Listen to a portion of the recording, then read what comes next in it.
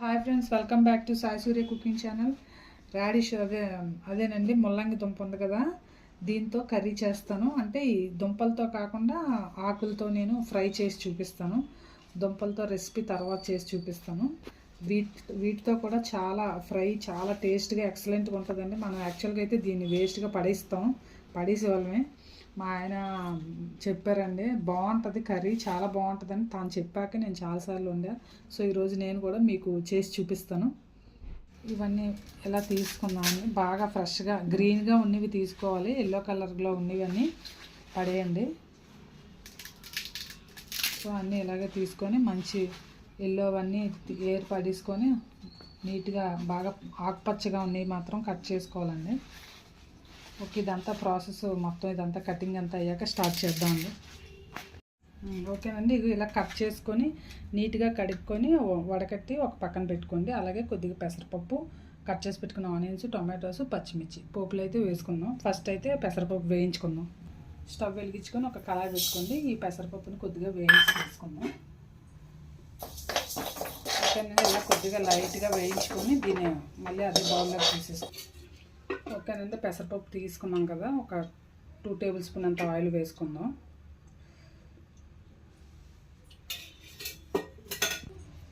ఓకేనండి, ఫస్ట్ కొద్దిగా శనగపప్పు, అలాగే కొద్దిగా మినప్పప్పు, నెక్స్ట్ కొద్దిగా ఆవాలు, అలాగే కొద్దిగా జీలకర్ర ఇవన్నీ కూడా వేసుకున్నాం. 2 ఎండుమిరపకాయలు, కట్ చేసి పెట్టుకున్న పచ్చిమిర్చి ఒక 5, ఇప్పుడు కట్ చేసి పెట్టుకున్న ఆనియన్స్ కూడా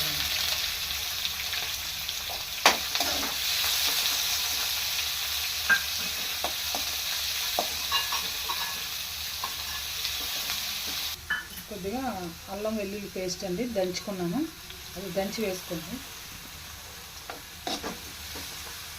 నెక్స్ట్ కొద్దిగా కరివేపాకు వేసుకోండి.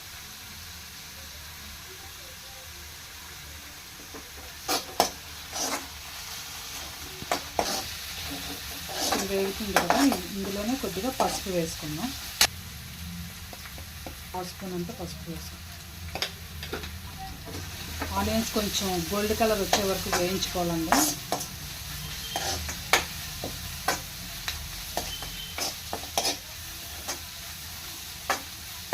ఇంకొక 2 మినిట్స్ వేయించుకుందాం. ఓకేనండి, బాగా వేగే చూసారా. ఇప్పుడు కట్ చేసి పెట్టుకుని టమాటా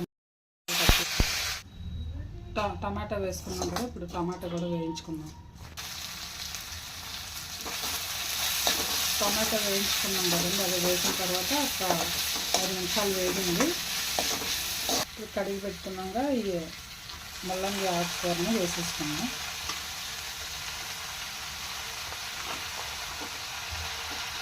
ఆకుకూర వేసుకున్నాక ఇలా బాగా కలుపుకున్నాం. కలిపి ఒక 5 నిమిషాలు మూత పెడదామండి. కొద్దిగా ఇది కుక్ అవుతుంది కదా, అప్పుడు కారం అవన్నీ వేసుకున్నాం. అంటే ముల్లంగి తినడమే కాదండి, అసలు యాక్చువల్గా అంటే చాలామందికి ఇష్టం ఉండదు కదా, అది కూడా క్యాబేజీ లాగా కొంచెం వేరే రకమైన స్మెల్ వస్తుంది కదా. సో దాన్ని అయితే ఎక్కువ మనం సాంబార్ లాంటివి వేసుకోవచ్చు, తర్వాత పప్పులో వేసి వండుకుంటే చాలా బాగుంటుందండి. రాడిష్ వల్ల అయితే ఆకులు, అంటే ముల్లంగి దుంపలే కాకుండా ఆకులు కూడా, చాలా ఆకుల వల్ల కూడా తింటే చాలా ప్రయోజనాలు ఉంటాయి. ఎస్పెషల్లీ విటమిన్ సి ఉంటుందండి. అంటే జలుబు, దగ్గు ఇలాంటివి ఏవి రాకుండా నివారిస్తుంది. వచ్చిన వాటిని కూడా కొంచెం తొందరగా క్యూర్ అయ్యేలాగా కంట్రోల్ చేస్తుంది. దీన్ని ఎక్కువ తీసుకుంటే బాగా క్యూర్ అవుతుంది. ఓకే, ఒక 10 నిమిషాలు మూత పెట్టుకుందాం. కలుపుకున్నాం కదా. ఓకేనండి, ఒక 10 నిమిషాలు అన్నాం కదా, ఇగో బాగా కుక్ అయింది కదా. ఇలా వేగుతున్నప్పుడు ఇప్పుడు మనం సాల్ట్ అది వేసుకున్నాం. సో రుచికి సరిపడినంత సాల్ట్ వేసుకున్నాం.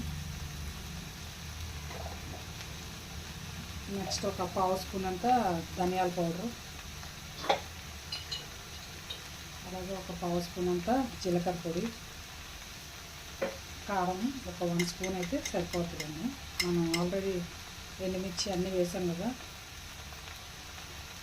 బాగా కలుపుకున్నాం.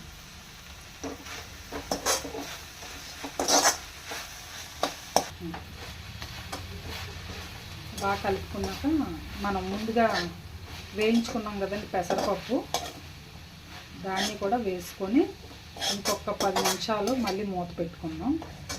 దీన్ని అయితే బాగా అన్నీ ఉప్పు కారం అన్నీ బాగా పట్టేలా కలుపుకున్నాను.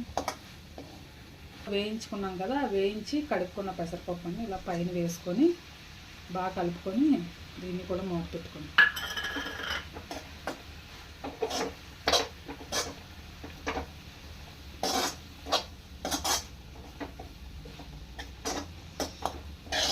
ఇంకొక 10 నిమిషాలు మూత పెట్టుకున్నామండి, బాగా కుక్ అవుతుంది అప్పుడు.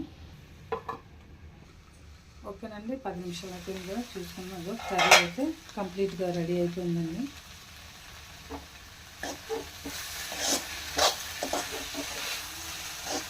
స్టవ్ ఆఫ్ చేసుకొని దీన్ని సర్వింగ్ బౌల్లో తీసుకున్నాం. ఓకేనండి, ముల్లంగి ఆకులతో పెసరపప్పు పొడి కూర రెడీ అయిపోయిందండి. అంటే పెసరపప్పు వేయించి ఇలాగే అంటే డ్రై లాగే ఉండాలి, కంప్లీట్గా కుక్ అవ్వకూడదు. మనం తోటకూర పెసరపప్పు చేస్తాం కదా, ఇలా సేమ్ అదే ప్రాసెస్లో చేసుకోవాలి. తర్వాత ఇందులో చాలా ప్రయోజనాలు ఉన్నాయని చెప్పాను కదండి, ఒకసారి ట్రై చేయండి. ఇంకొకసారి చెప్తున్నాను అనుకోకుండా, ముల్లంగి ఆకులతో మాత్రం చాలా బాగుంటుందండి ఈ కర్రీ అయితే. ఒకసారి మీరు ట్రై చేసి అలాగే మీరు కూడా టేస్ట్ చేసి మీ ఫ్రెండ్స్కి కూడా షేర్ చేయండి. నచ్చితే కనుక ఒక కామెంట్ పెట్టండి. Like and subscribe my channel. Bye friends, మళ్ళీ నెక్స్ట్ వీడియోలో ఇంకో వంటతో కలుద్దాం.